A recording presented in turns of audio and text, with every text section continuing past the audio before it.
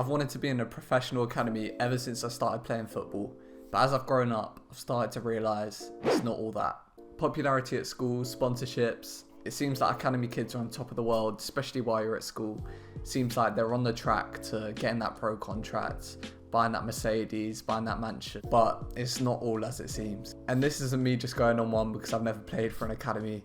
I've always been at the level where my teammates will be getting picked up to go play for academies.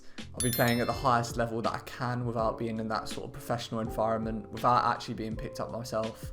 I've come to realise that I'm not good enough to go pro. But speaking to people that have been inside academies, that have been released, coaches, scouts, I've realised that academies are not all they're built up to be. One thing that stood out and stuck with me from my first interview with AJ Seeley, who played for Wolves and Spurs' academy, was that there's kids going in there at 6, 7, 8 years of age and straight away being flung into that competitive environment where you're constantly at war with your teammates and you're constantly worrying about how am I playing. You can't enjoy the game for itself at these young ages. Here's what AJ had to say on it. There's a lot of complication at that age where there shouldn't be. It should just be a group of players, they play together, whoever performs the best plays, and that's how it goes. That's how it should go. Now, of course, these kids who've been in there from a young age will have a head start on you, right? They'll be learning the principles that the coaches believe will be gearing them up to play at the professional standard from such an early age, and they'll be building these habits. But what they won't retain is the love for the game. Unless they're the best player at the academy, they might not enjoy going into a place where they're no longer the best player. They're not playing with their mates. So they're sort of sacrificing the foundation years of football, where for me it's all about enjoyment. For me it's all building a love for the game, and they can't do this to the top of their ability. Of course there's pros to the academy system. I mean, the environment in terms of the quality of the players around you, the coaches, the facilities.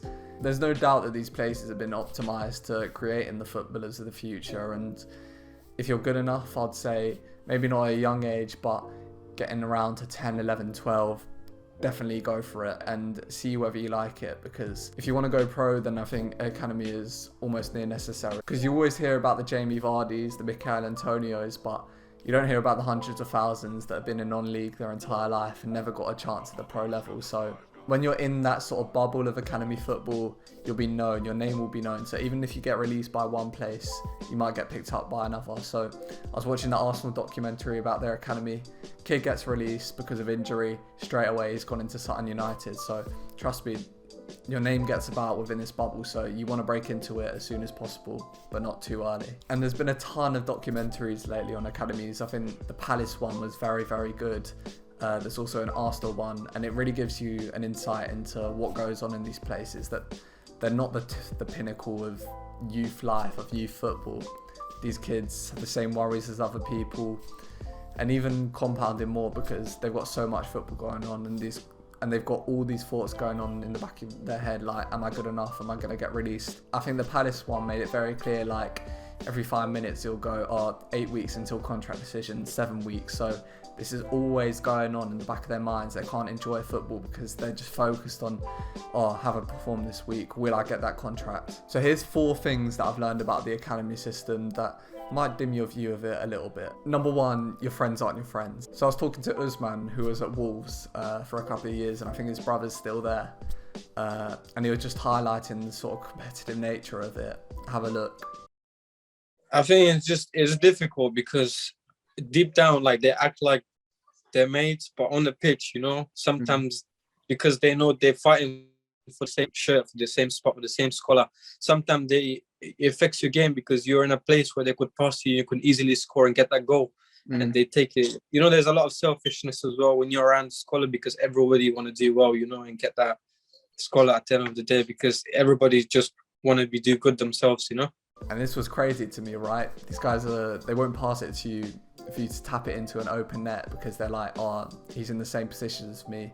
If he's scoring more goals, he's going to get picked. So it really does show how prevalent these things are in their minds, because even in games, they're thinking about, am I the best? And it's competing not only with the other team, but with the guys you're actually playing with. And this takes away from the sort of squad togetherness, I think, because you're constantly worrying about, am I the best? Am I good enough?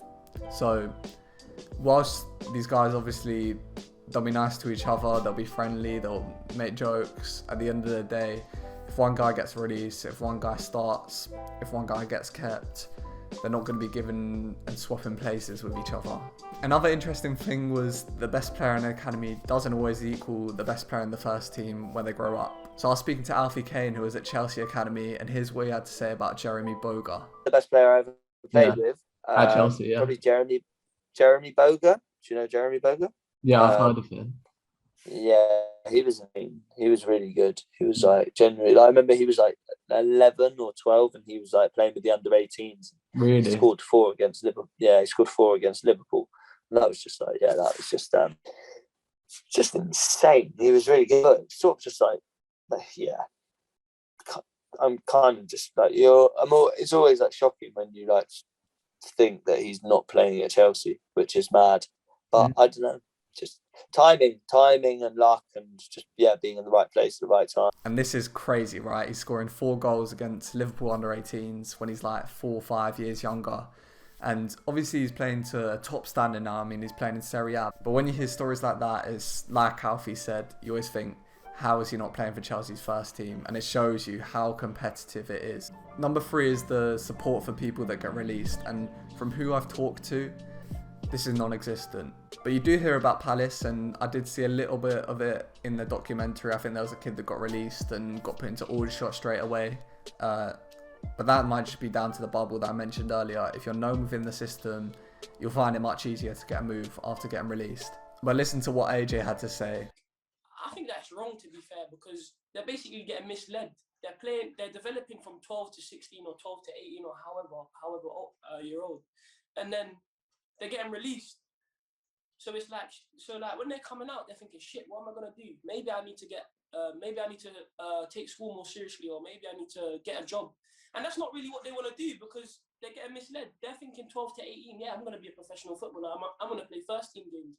And then bang, they get hit with, you're not good enough. You can't play here no more. And then most kids that come out of academies, like, a lot actually struggle to get teams, regardless of who they've played for. Like, look at my CV now, bro. Like, and I'm at Dulwich and Hamlet. I'm not saying it's a bad step, but people always say to me, you should be pro, or you should be playing there. You're too good to play at level. But I'm still here. Do you know what I mean? Obviously, this was a little while ago for him, but you do hear these kind of things said a lot. There was no support, left to fend without grades, proper qualifications. You're getting picked up in an early age, being let go when you're 18, and it is a problem.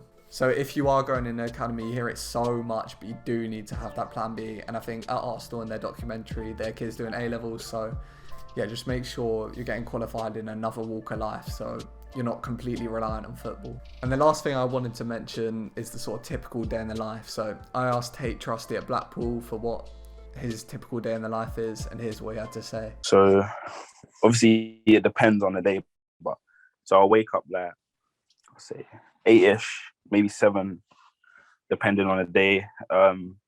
Get in, have a gym session.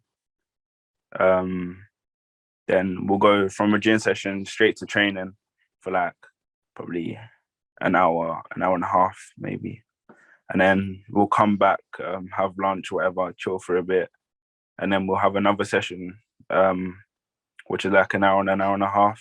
So you can see it's very full on, right? And that might tire some players out. As I said, football is about enjoyment for me. So you've got to be very clear on what your goals are. If you do want to make it pro, it's a sacrifice it takes. You're going to be in the gym, you're going to be training, you're going to be doing all this extra work. So think about it. But yeah, as I said, this isn't to completely ruin academies or cancel academies, but it's just about a little warning about what you are actually getting into when you go into these places. It's not all that it seems as a young kid, as I mentioned before. But if any of you guys have experiences in this system, let me know down below. I'll be very interested to hear it, as this has been sort of a main topic on my channel. But see you guys later.